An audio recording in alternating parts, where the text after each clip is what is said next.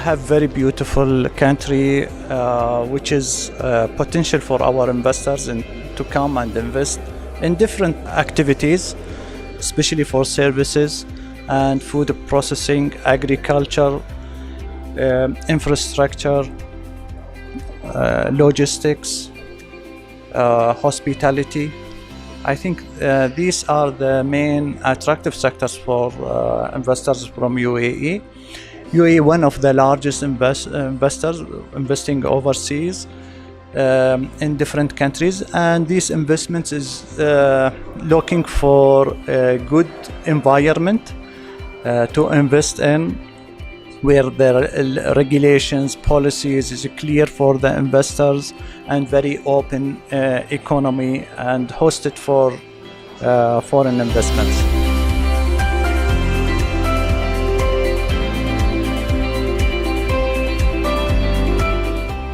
First of all, that we are looking for a stable economy and politically stable, very clear policies.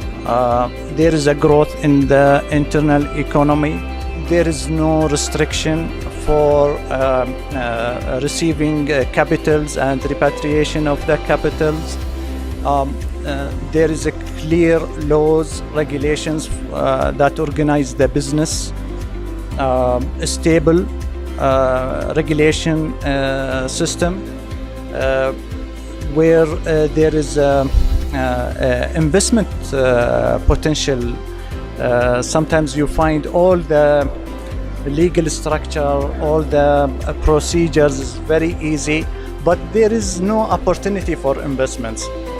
But I think Nepal, with population of 30 million, I think there is a good potential for receiving investments and expanding projects. What we heard from the officials today, and also representatives from private sector in Nepal, there is a big need for supply in the market, especially for services and food processing. I think there is a good opportunity for our investors.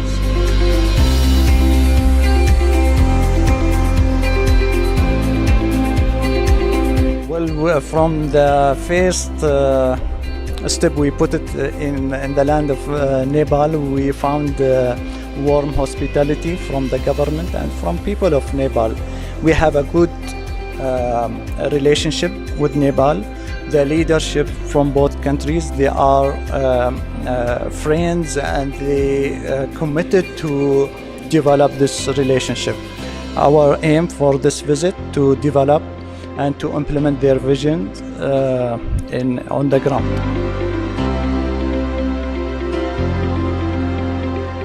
That's why we came here. I think what we see that there is good environment for the investment and good potential. I think it is a stable and safe environment for investors.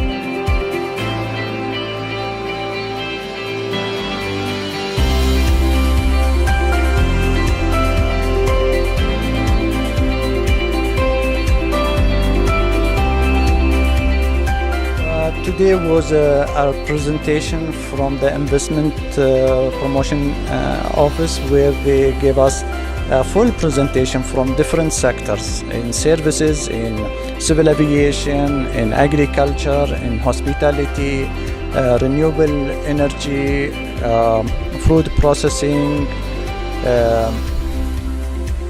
logistics, infrastructure.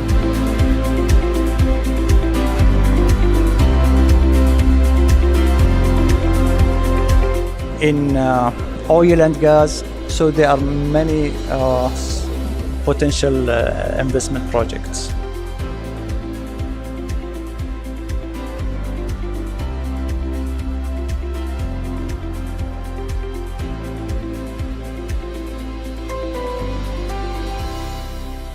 As I said, Nepal is the best place to invest today. It's never been the best time than today. Nepal, if you see the Nepal has all the things to offer the international investment. UAE being only the 4 to 5 hour journey, is a very nice destination. in terms of the tourism, in terms of economic development. What Nepal today, we don't have the infrastructure, we don't have industry evaluation, we are really behind in many sectors. So it's an opportunity. We are behind, it means that there is something can be done, everything can be done. Yeah? So we as a business community which we are in UAE, we feel that Nepal has everything to offer today. Starting from the agriculture, starting from the tourism, starting from the infrastructure, they need to build it, and we can actually be an active part to get a success story of Nepal. So that is why we are here. And me as a chairman of Nepali Business Council, we feel that this is our responsibility. It's one of our objective and responsibility to facilitate bilateral trade between Nepal and UAE. So that is why we are here. We had a wonderful, successful meeting with government, and we are so happy to see that the government is equally very eager to develop a long-term relationship, very prosperous relationship, business relationship with the UAE, which is very good. And we have seen the very nice relationship last 2 years since the opening of the UAE embassy. The political relationship has developed a great between Nepal and UAE. So the credit definitely goes to His Excellency Ambassador from the UAE, as well as the leader from the Nepal, to building such a nice relationship. Now the time is come that our relation has from political to move forward the economic relationship, where we as a business council going to be equally the part of to facilitate the bilateral trade. Look, I mean, I think if you see the foreign direct investment opportunity in Nepal and the law today, there might be something need to be changed, which is the government is already recognized, and they are doing their best to modify. In the new law is coming, I think, very soon. However, there is some very good thing is 100% ownership given by the FDI. They have the repatriation of the money is also allowed. The percentage of the taxation is on place, and we are in the negotiation to avoid the double taxation, which is going to facilitate, which is going to be good for both the country. Opportunity is good. Opportunity is really good. We are happy to see that both the side, private and the government side, is eager to go with a long-term relationship. We do identify some of the sector, namely is agriculture, to take the organic vegetable or the coffee or the tea to the UAE. UAE in future require a food securement, because UAE practically is based on the 100% of the food item. So why not the Nepal? Nepal is very nearby, so Nepal can be a part of that, supplying all the vegetable, all the food item that require the UAE. So this is the one part. Second is the dry port, the infrastructure of the dry port. We have the private investor, they are very much interested to make the dry port and logistic hub in Nepal. So there are opportunity. We as a we have also a group of company. We are interested to see what we can do in healthcare sector as well as the agriculture sector, and I'm looking forward to find out and working very soon in Nepal. Just personally, my opinion is in Nepal the best thing to do is a service industry, which can be a tourism, which can be a IT sector, because movement of the product is very difficult. We are landlord country, so it's difficult to send the product around the world. Cost will be a little bit higher. We might be not competitive, but the service can be provided. So IT is one of the sector that I think is we have a good young people. Industry need to be developed. Healthcare sector could be a very good sector to provide the natural healing things. At the same time, the agriculture is a very important. Today, if you want to find the organic product, you will not find anywhere. It's very difficult to get the organic land. Good part of the Nepal is many land was not used at all the fertilizer long time ago, or that they are using the very less pesticide. So it's an opportunity. It's a very big opportunity for the Nepal to export or brand a product as a Himalaya product. Himalaya doesn't require the introduction to all the world. It's already the brand. So perception is high. Himalaya means the big. So we are very happy to see that Nepal is eager to Yeah, so this perception need to be branded, that we don't need some different brand to position Nepal in the international market.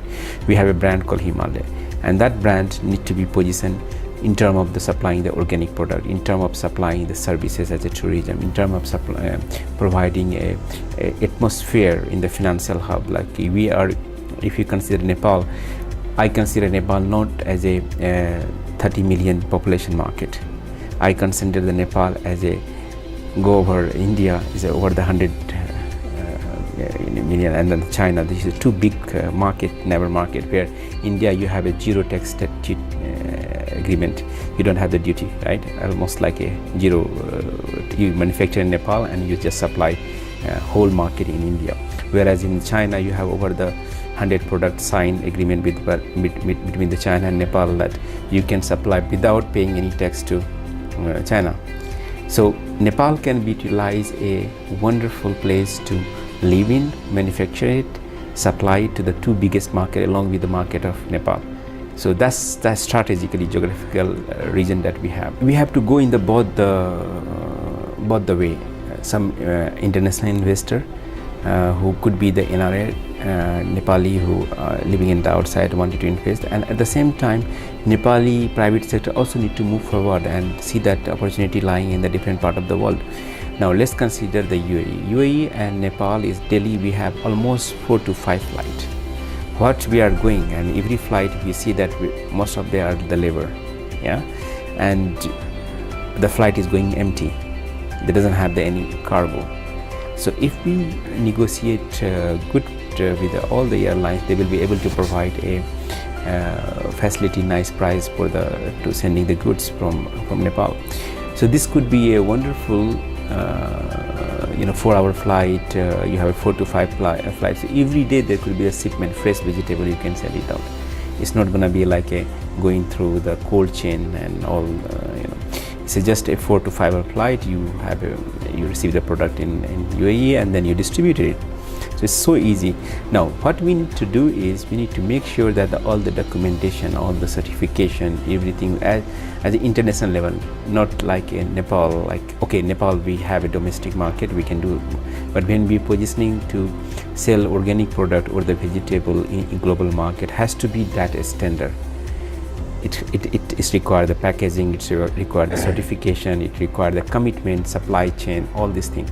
Now it should not be like just we supply one shipment, it's at the continuations, and that continuations, that farmer need to be get educated, government has to support them, they need to provide the infrastructure, transportation system, because the farm is not in Kathmandu, it is different part of the, let's say, the mountain area. So how to collect it from there, how fast we can bring it to the Kathmandu. So these all the logistics supply chain has to be properly done in order to have the continuation of the supply, because international market, if you don't able to supply properly, regularly as per the requirement, then you are gone from the market, you are no more. So I think it's a both side the opportunity is from the investor from the abroad, at the same time private sector from the Nepal. We should not always wait for somebody will come and do the investment. We should also come forward how I can market my product globally.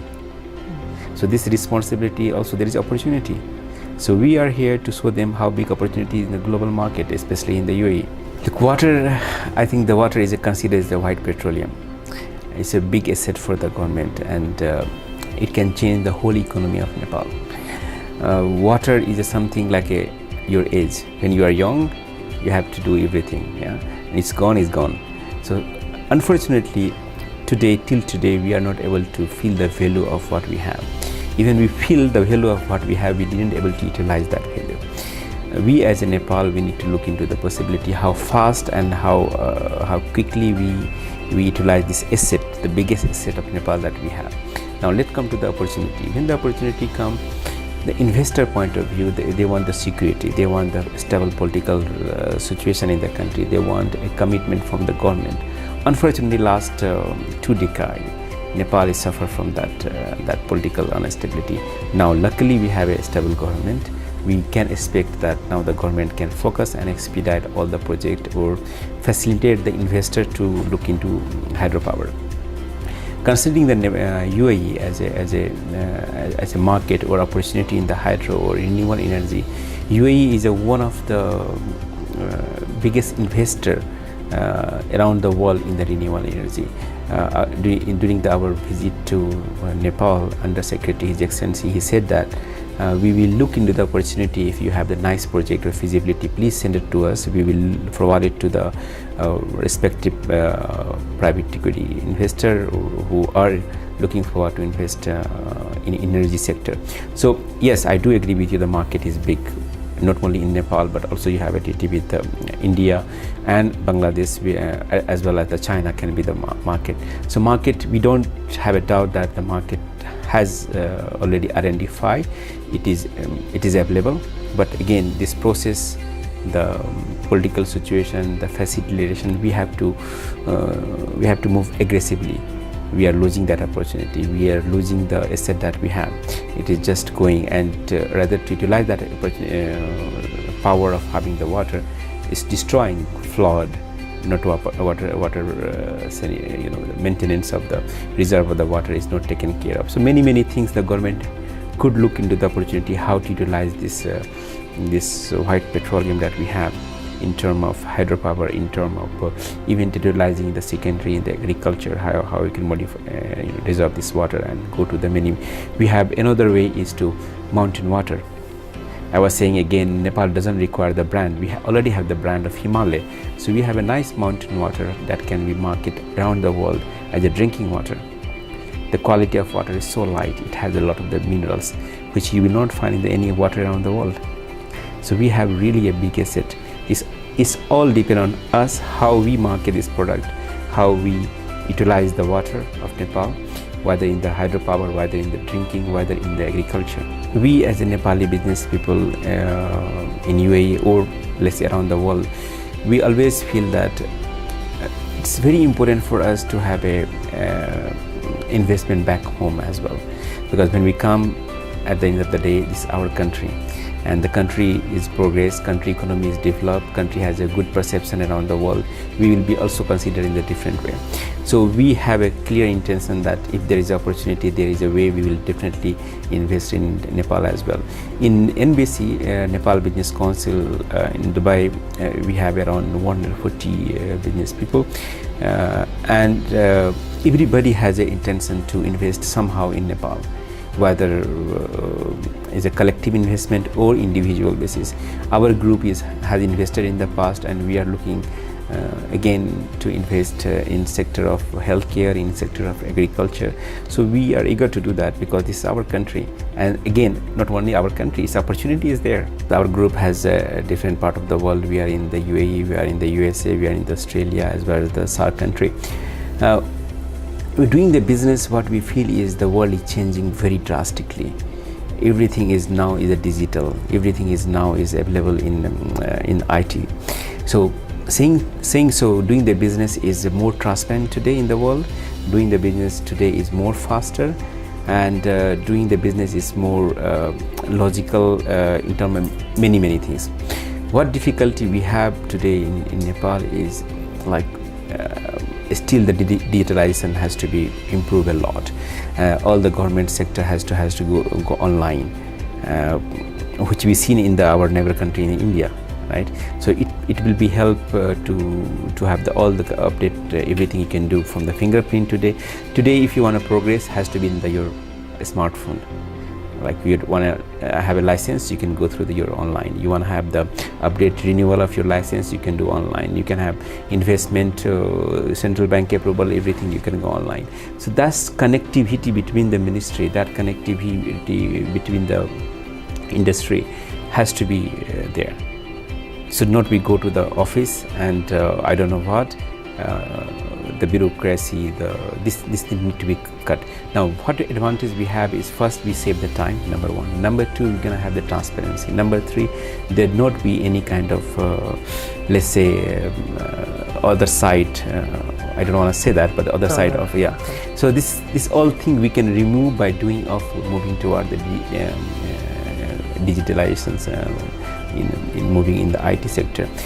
Today I consider, if as a not only in the government but even in the business, if you are not moving forward towards the digital world, towards the social media, towards the what moving in the globally, we are not moving, we are going to be too much back ahead, not like before. Before the system today is, we are talking about artificial intelligence today. We are talking about the digitalization. Currency is going to the digital currency. So we are going to live in the digital world. Our education system, whole education system in the round is changing. So many transformation has to be and goes to the digital. So what I'm trying to say is, in what I feel personally in Nepal, I think we are lag behind. There is a room of improvement. I appreciate that the government has taken this step.